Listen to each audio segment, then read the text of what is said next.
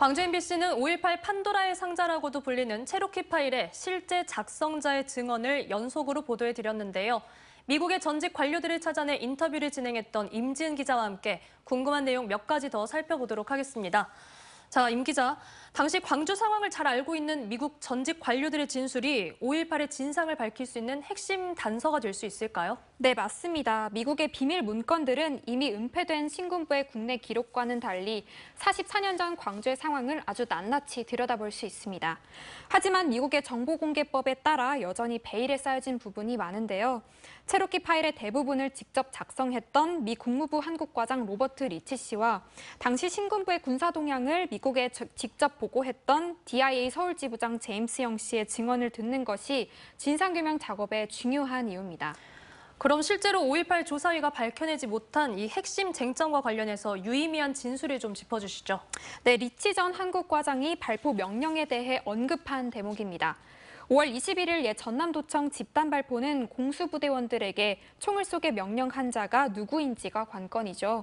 지휘 계통에 있었던 이희성 당시 계엄사령관도 말단 부대 차원에서 이뤄진 것이라고 해명했는데요. 당시 발언 한번 들어보시죠.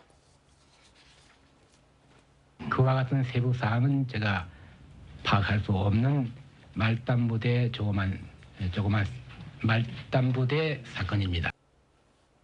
네, 리치 전 한국과장도 신군부가 펼친 이러한 주장을 인지하고 있었습니다. 하지만 취재진의 질문에 21일 발포 명령의 최고위권자로 추정되는 인물을 정확히 전두환이라고 지목해냈습니다. 미국 행정부의 심장인 국무부 전직 관료가 이런 판단을 내렸다는 건 발포 명령에 대한 증언과 기록이 미국에 아직 많이 남아있다는 뜻이겠죠. 그럼 이렇게 핵심 증언들이 나오고 있는데 5.18 조사위는 그동안 뭘 했던 겁니까? 네, 그게 문제입니다. 발포 명령과 전두환과의 관계를 아주 명백히 밝혀내겠다던 5.18 조사위의 해명은 굉장히 황당했습니다. 핵심 인물들이 여전히 살아있다는 사실을 인지하고 있으면서도 굳이 별도의 조사가 필요 없다고 판단한 겁니다.